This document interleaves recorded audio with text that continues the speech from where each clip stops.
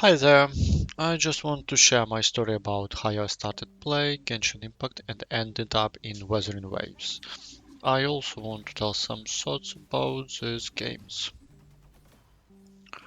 Well, at first I launched Genshin at the beginning of 2024.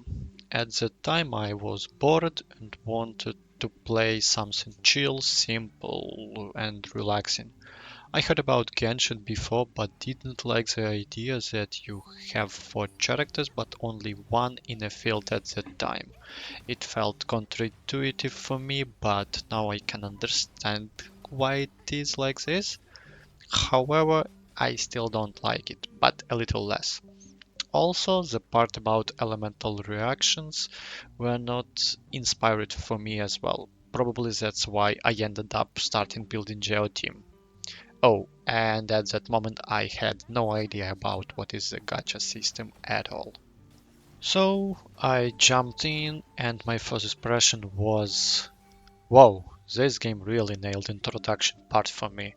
It was really smooth experience, basically tutorial part and the time to understand each mechanic was perfect in my opinion. I did not feel overwhelmed with information, and the time given to practice with each presented mechanic were well calculated, that you don't forget about it after several minutes.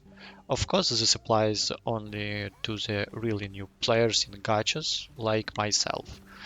Basically, the flow was perfect. I did not rush my game and just have my time, have fun. But everything's changed after several things happened, and also the lack of quality of life features was not the last reason. Just to clarify my approach, I'm almost free-to-play player. In Genshin, I bought only one-time battle pass and a 30-day subscription, and in WoW in total 4 times 30-day subscription. That's all my investment. So, almost at the beginning, I decided I wanted Ito and his weapon. And to achieve this, I just play and farm Primal Gems.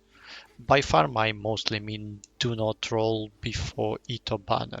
I believe it 1 or 2 banners to wait for it. It took about months to wait without any 5 stars, but I had fun anyway because before I decided to commit into it, I got Gamin. He was really fun to play, even though my farm materials for level up him was immersion breaking for me and I didn't like it. Basically, I had my main quest still in Liyue, but I have to find the way to go to the Fontaine to level up him. I want to say it was a bad experience because when you enter a new area, you get all the pop-ups about the new mechanics of this region and you want to skip them mostly because you are not supposed to be here at that moment and also don't want to waste your time. But later, when you come back to the area, you have figured out where all that pop-ups right now that you probably skip already forgot all the mechanics if you read them. I think the best solution for this is just give the possibility to teleport for any required boss you need when you need to level up. I know weekly bosses have this mechanic. I don't know, maybe they fixed this already. Also, I understand it is a problem only for the new players that are starting to play not from the launch of the game. That is why I cannot understand fully if WoW has this problem. I started playing WoW from the launch. There were similar problem when Shorekeeper released, and they managed to fix it from the next patch. Back to Genshin. When the Ito banner appears, I lost my 50-50, but got the Ito anyway. After that, I lost another 50-50 for the weapon. I did not remember if I had enough primos to lose another 50-50. At that moment, there still be absurd possibility to lose 2 times 50-50 on the weapon banner. And I did not get his weapon as a result. That was the first frustrating experience for me. About the second turning point was the time the player who tries 100% the map, and it's really inconvenient to do it in Genshin, at the time I played at least. When I finished all the islands in Inazuma for 100%, I still did not get 5 orbs for leveling Archon stages, and to get the navigator to find this, I still needed to do weekly quests for about 3 weeks to gain the reputation enough for the gadget. Also, all secondary quests have done already.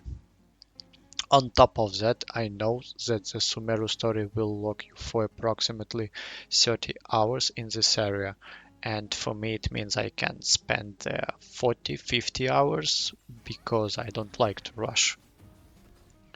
So after this I lost all my desire to play Genshin, and the Wuthering Waves would release in a week or so. From trailers I find the gameplay of WoW more fun for me as well, so I waited. I still entered Genshin for a while for dailies only, but at some point I stopped it as well. The starting of the Wuthering Waves was really refreshing.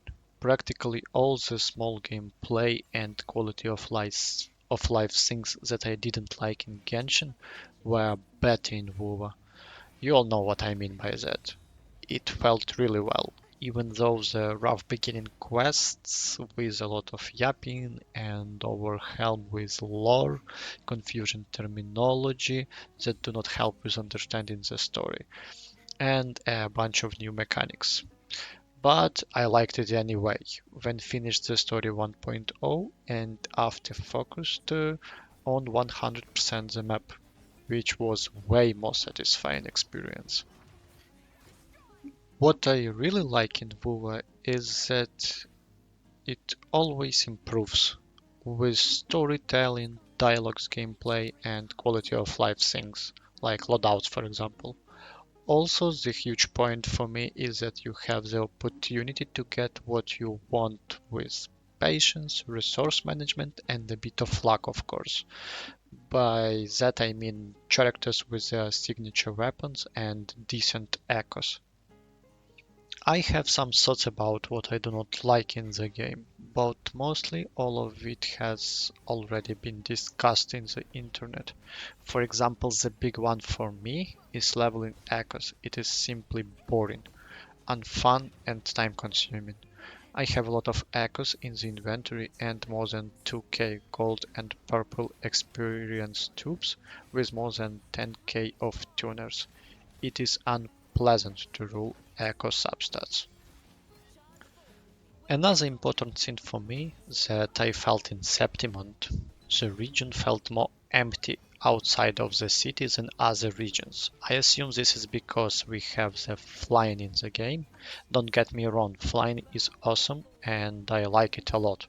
The thing is that with the flying possibilities I have to make a lot bigger areas which more difficult to fill with enough content that it feels more dense.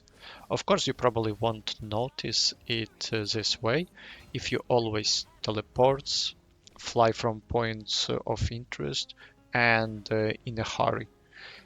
The lack of the dense content is noticeable when you just walk around and take in the environment.